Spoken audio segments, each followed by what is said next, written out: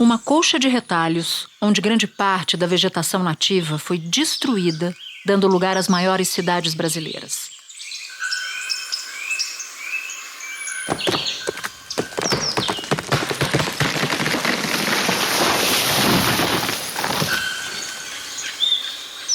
Hoje, o bioma é ocupado por mais de 70% da população do país, em 17 estados. E o que resta é apenas 12,4% da cobertura de vegetação original. O Parque do Iguaçu é a maior área de Mata Atlântica de interior que ainda existe no país.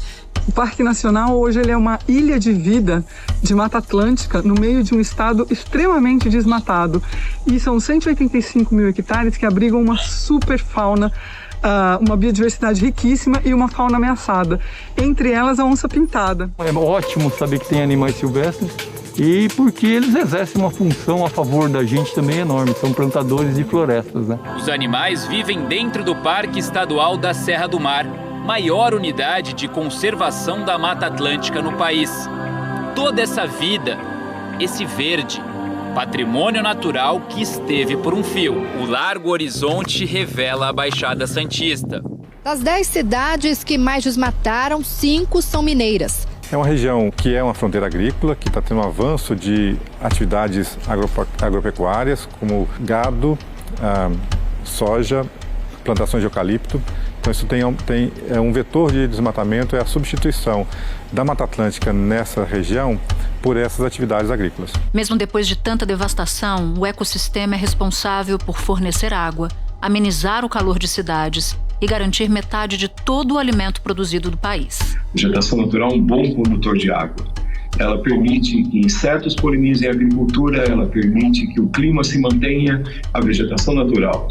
E isso não é só na Mata Atlântica, em todos os lugares do mundo, é a base dos nossos sistemas econômicos. E justo na semana em que é comemorado o Dia Nacional da Mata Atlântica, a preservação da área sofreu uma derrota imensa no Legislativo. Os deputados foram rápidos na sessão. Em 29 minutos, aprovaram a medida provisória e trouxeram de volta alterações que afrouxam a proteção da Mata Atlântica. O ministro Alexandre Padilha, responsável pela articulação política do governo, disse que o presidente Lula vai vetar as mudanças feitas pela Câmara. O Congresso tem seu papel, o Congresso faz contribuições, o Congresso faz medidas e o governo tem o instrumento do veto. Nós vamos vetar essa agressão à Mata Atlântica. Já existe, inclusive, o compromisso, por exemplo, do Senado, de que o presidente Lula vetando não seja derrubado o veto no Senado. Da redação do G1, eu sou Natuzaneri e o assunto hoje é a ameaça de extinção da Mata Atlântica. Um episódio para entender quais os riscos da nova ofensiva do Congresso contra o meio ambiente e por que é essencial proteger esse bioma. Eu converso com Malu Ribeiro, diretora de políticas públicas da Fundação SOS Mata Atlântica. Segunda-feira, 29 de maio. Malu, na semana passada, a área ambiental sofreu uma super derrota no Congresso, deputados abrindo caminho para a destruição da Mata Atlântica, justamente mudando pontos de uma medida provisória nascida para fazer o oposto, proteger o bioma. Uma dessas mudanças permite, por exemplo, a construção de obras de infraestrutura como gasodutos em áreas de mata sem apontar alternativas ou compensação real. Então eu quero que você nos explique, por favor, o impacto disso. É muito grave, porque essas matas primárias são as que detêm a maior biodiversidade da Mata Atlântica, né? São aquelas matas originárias, que têm espécies até endêmicas que a ciência ainda nem descobriu. Então, permitir o desmatamento nessa floresta e rasgar a lei do bioma, do único bioma brasileiro que tem uma lei especial até hoje, é uma afronta à defesa dos patrimônios naturais que o Brasil detém. Quando o Brasil foi descoberto, a Mata Atlântica era uma das mais ricas e mais belas do planeta. Se estendia frondosa e saudável por 17 estados brasileiros, do Piauí ao Rio Grande do Sul. Mas ao longo dos anos, a imensa floresta foi murchando, sumindo, exibindo buracos enormes. Se acredita que a Mata Atlântica do Nordeste, em algum momento da história, ela foi conectada à floresta amazônica. E isso permitiu o desenvolvimento de algumas espécies que só ocorrem aqui nesta Mata Atlântica. Então essa mata aqui é extremamente especial, porque é uma mistura da Mata Atlântica com a floresta amazônica. A Mata Atlântica é patrimônio nacional declarada pela Constituição Federal de 88, é patrimônio mundial pela Unesco, e é a casa de mais de 70% da população do país que dependem dessa floresta. Então, é um abuso, né? E é como ficou conhecido no jargão popular, a maior expressão do vamos passar a boiada sobre a legislação ambiental brasileira. É um retrocesso sem tamanho. E você pode nos dar exemplo de como a Lei da Mata Atlântica ajudou a preservar o bioma, mesmo em grandes obras de intervenção? A Lei da Mata Atlântica foi aprovada e sancionada em 2006, né? Nós tínhamos um índice de desmatamento no bioma que era da ordem de 110 mil hectares por ano. Por isso a gente chegou a perder quase que a totalidade da floresta, restando aí menos de 7% de sua cobertura florestal original. Com a edição da Lei da Mata Atlântica, esse desmatamento veio caindo gradativamente e chegou ao menor patamar, que foi da ordem de 11 ou 10 mil hectares por ano. E dos 17 estados do bioma, 11 chegaram no nível do desmatamento zero e 11 dos estados mais desenvolvidos economicamente do país e mais populosos, né? Como, por exemplo, São Paulo, Rio de Janeiro, Espírito Santo. A Lei da Mata Atlântica determina que a área desmatada, sem ter mesmo nenhuma árvore restante, ela continua pertencendo ao bioma. Por isso, ela é embargada, não podendo ter qualquer atividade no local. Além disso, quem desmata responde criminalmente. O Ministério do Meio Ambiente disse que vai fazer uma auditoria para verificar o cumprimento da Lei da Mata Atlântica e que de janeiro a abril houve aumento de 76% nos autos de infração e de 63% nas apreensões, comparando aí com o mesmo período dos últimos 4 anos. Mas, infelizmente, nós ainda tínhamos o desafio de derrubar os índices de desmatamento nos estados de Minas Gerais, Bahia, Paraná, Santa Catarina e Mato Grosso do Sul. E a pressão, então, sobre a flexibilização da legislação no governo passado, no governo anterior, né, nesses últimos 4 anos, com aquela fatídica reunião ministerial que vazou para todo mundo, né, quando o anteministro de Meio Ambiente disse vamos aproveitar a pandemia enquanto a imprensa e a sociedade estão em comoção nacional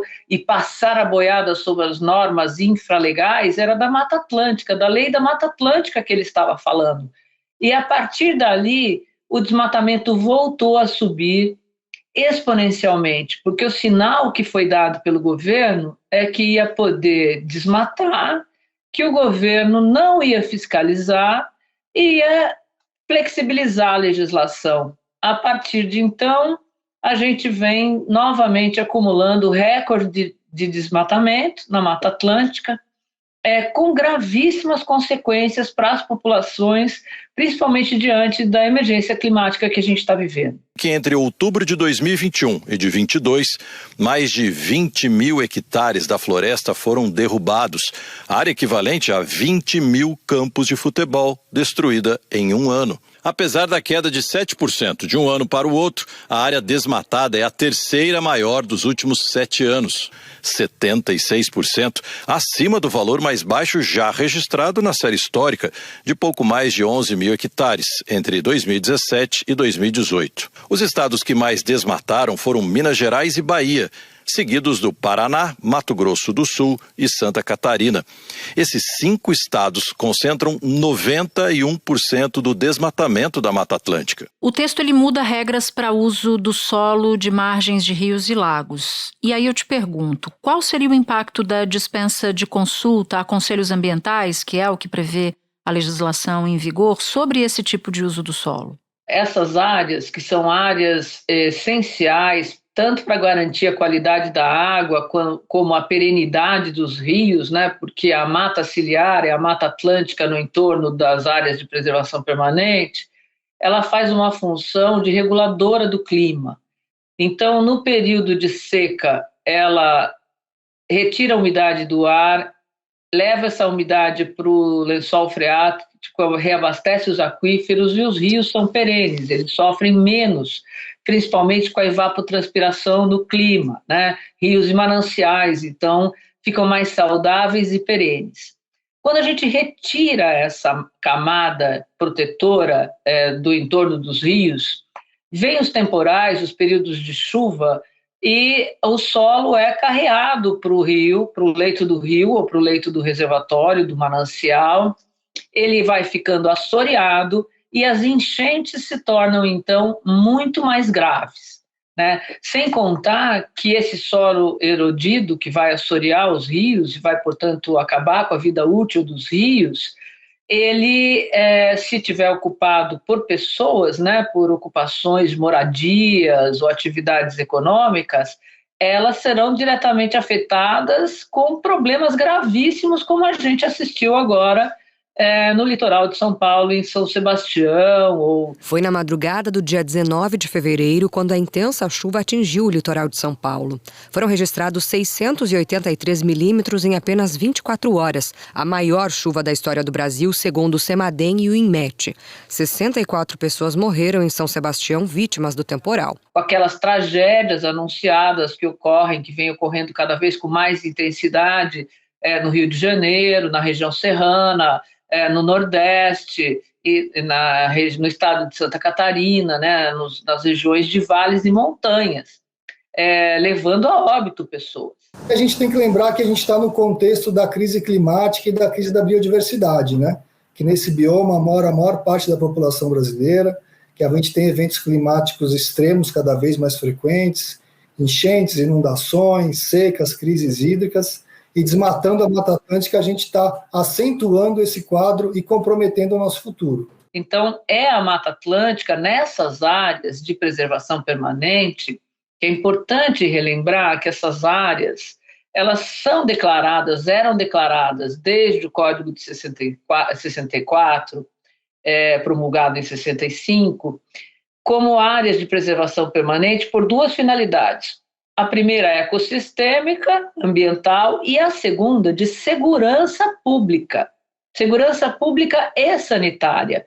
Porque se você tiver a ocupação dessas áreas, principalmente nas áreas urbanas, nas cidades, fica impossível fazer saneamento básico. Então, é um duplo crime, né?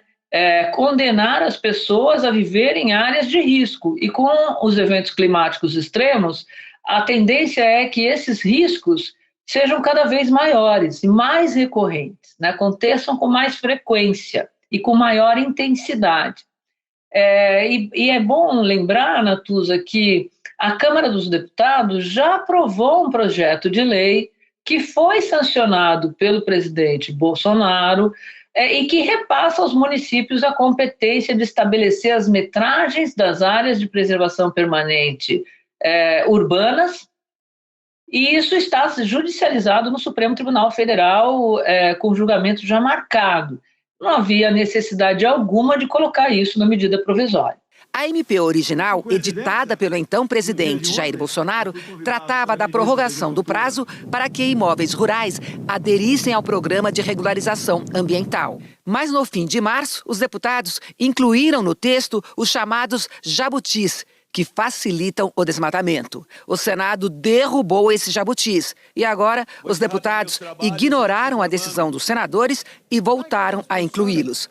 Entre outros pontos, o projeto permite desmatamento da floresta, inclusive de áreas intocadas, para obras de infraestrutura, bastando a autorização da prefeitura e dispensando o estudo de impacto ambiental. Espera um pouquinho que eu já volto para falar com a Malu. Outro ponto da medida acaba com a obrigatoriedade de corredores ecológicos nas unidades de conservação.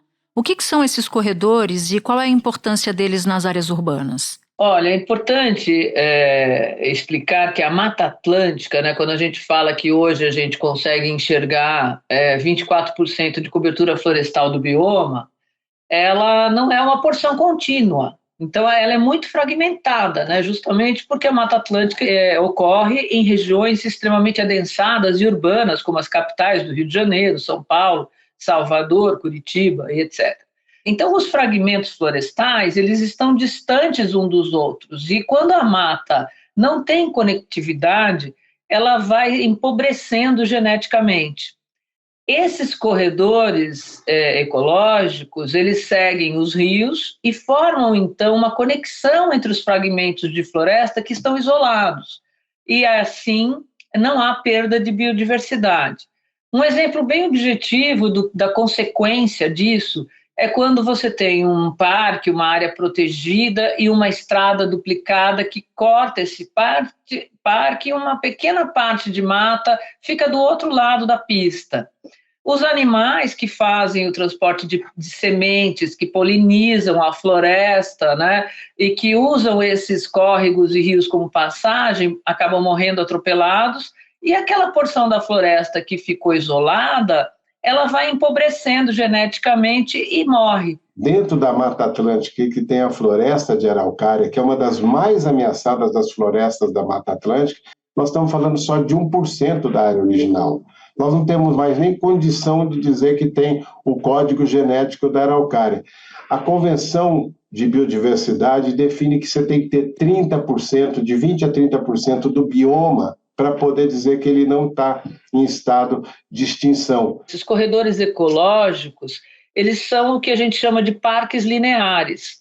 Eles passam a compor um ambiente urbano de atividade de lazer, de bem-estar para a população, de segurança para que essa população, então, não fique à mercê de enchentes e inundações, e principalmente de doenças de veiculação hídrica, como dengue, zika, chikungunya. É uma questão sanitária, como já havíamos dito, né? E um bom exemplo de como a legislação ambiental vem funcionando e que não era necessária essa medida provisória para conciliar infraestrutura, desenvolvimento econômico com a proteção da Mata Atlântica, é uma grande obra que foi licenciada na região metropolitana de São Paulo, que é o Rodoanel Metropolitano. Essa grande obra, ela desviava e conectava as rodovias, passando por áreas de mananciais importantes da região metropolitana de São Paulo, o reservatório Billings, Guarapiranga e parte do reservatório do Sistema Cantareira do outro lado. Uma das medidas compensatórias deste Rodoanel foi criar 120 parques lineares no município de São Paulo, na cidade de São Paulo, fazendo a conexão entre a Mata Atlântica protegida da Zona Norte com a Zona Sul, né? E dessa forma criando então espaços de lazer e de convívio para a população. Vários desses parques lineares foram passando também por projetos de saneamento básico, que faziam parte das obras de despoluição do rio Tietê, que envolvia todos os córregos, afluentes, e alguns deles, eu posso citar até aqui um rio muito emblemático para o país, que é o rio Ipiranga. Então, não precisa mudar a lei, não precisa acabar com o licenciamento ambiental, endemonizando o licenciamento ambiental como se isso fosse um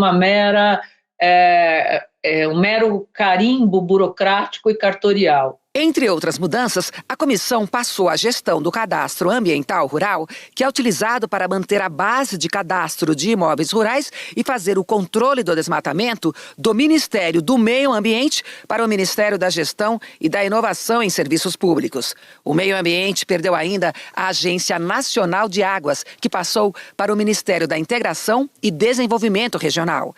A ministra do Meio Ambiente, Marina Silva, disse que o governo está vivendo as contradições de ser um governo de frente ampla. Eles estão transformando a medida provisória da gestão do governo que ganhou na medida provisória do governo que perdeu em várias agendas, sobretudo na agenda ambiental e dos povos indígenas.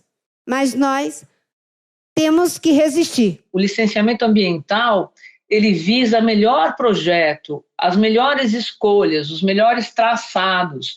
Ele visa também integrar as obras de infraestrutura, os empreendimentos ao bem-estar da sociedade. É para isso que existe o licenciamento ambiental e é para isso que existe a legislação ambiental brasileira. Malu, mesmo com a legislação atual que a Câmara agora está tentando mudar e piorar, o desmatamento persiste. Mas eu queria fazer uma pergunta muito ampla para você. Eu não sei se ela é de fácil resposta, mas um exercício aqui de imaginação.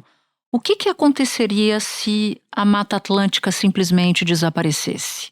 Olha, nós teríamos um processo de acelerada desertificação em várias regiões do país, sobretudo regiões que são produtoras do alimento que vai para as nossas mesas. Eu cito aqui o arroz, o feijão, né, os legumes, as verduras, o café. A Mata Atlântica ela é mantenedora do ciclo hidrológico, então sem a Mata Atlântica, essas áreas que têm solo raso entrariam num rapidíssimo, acelerado processo de desertificação. E também nós teríamos muitos eventos com mais vítimas da nossa população, como deslizamento, desmoronamento de encostas, agravamento das enchentes, crises hídricas extremamente intensificadas. Seria uma tragédia, um suicídio geral. Bom, e não dá para deixar de te perguntar como as derrotas recentes do Ministério do Meio Ambiente podem repercutir na visão do que o Brasil está fazendo em relação à preservação ambiental. Na sua avaliação, Marina Silva perde força? Como é que fica o combate ao desmatamento? Como é que fica o cartão de visita da preservação ambiental do governo com essa boiada que também passou em outros pontos da área ambiental? Esse retrocesso na legislação, principalmente na lei da Mata Atlântica, que é importante dizer que o Brasil só tem esse nome por causa de uma espécie da Mata Atlântica. Folhas miúdas, vagens, tronco cheio de espinhos. As flores duram apenas 2 dias. O pau-brasil pode atingir até 30 metros de altura e é dono de uma façanha única no mundo. Nenhuma outra árvore batizou uma nação. Seria uma negação de tudo que esse governo eleito, o governo do Luiz Inácio Lula da Silva, prometeu na COP26, né, prometeu para o mundo e está anunciando para o mundo.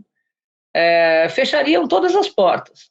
O Brasil voltaria a usar a receber aquele título de pária da humanidade, de um país que não é sério, que faz um discurso e não respeita as próprias leis, e nós não acreditamos que alguém possa querer isso, né? Quem perde com isso principalmente o nosso agronegócio. A imagem da Marina no mundo, muita gente conhece, a imagem do Arthur Lira não. E isso tudo chama a atenção do mundo e deveria chamar a atenção do nosso Congresso também. Não é por outra razão que a União Europeia arrumou os argumentos que queria para dizer que não dava para negociar um acordo de livre comércio com o Brasil. Preocupações com a questão ambiental. Me parece que o Congresso Nacional, até esse momento, está fechado na sua própria bolha, contente em impor derrotas ao Executivo, mas talvez sem calcular os efeitos disso a médio e longo prazo. Efeitos que podem sim afetar o agronegócio brasileiro,